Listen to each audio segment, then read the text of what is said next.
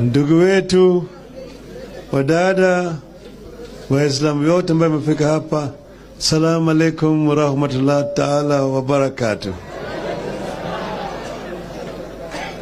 Asanteni sana, nina furaha tele kuona vile mmefika kwa kiasi kwa hafla yetu ya leo ya iftar. Hii iftar tunafanya kila mwaka. Tunakuja kukaa pamoja na Waislamu, sio tu wa Nairobi hapa, lakini wengine wametoka pembe zingine za nchi, tuwe pamoja siku moja. Iko dada yangu pale, Hamida Kibwana, ambaye ndio ni katibu wangu. Kila mara kwa mara yeye ndio anaandaa, mimi namwambia yeye fanya haraka, yeye ndio anafanya kila kitu. Kwa hiyo nataka nitoe shukrani sana kwa Hamida. Kwa mimi na furaha. Iftari ni kitu muhimu sana. Sasa tuko katika mwezi takatifu ya Ramadhan.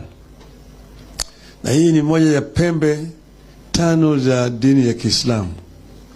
Kwa wale ambao sio Waislamu ambao wako hapa, Islam iko na pembe 5 za Uislamu. Moja ni sasa hii ya kufunga, lakini wa kwanza na hizo kumcha Mungu ndio ya kwanza. Pili ni kutoa zaka, kusaidia maskini.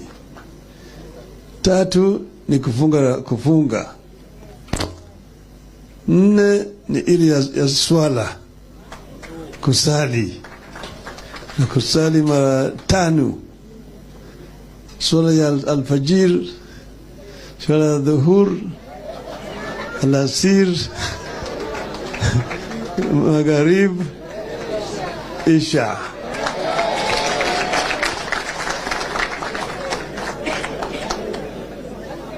Alafu ya 5 ni ya kufunga Ramadhan. Yani ya 5 ni ya hija. Moja katika maisha yako mpaka uende kwa hija kule Maka. Hiyo ni pembe ya 5 ya Islam.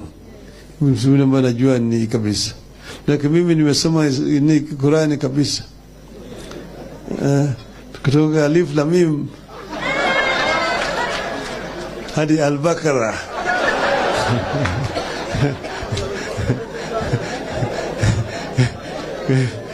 Naelewa kabisa. Wale kafiri wengine hawaelewi.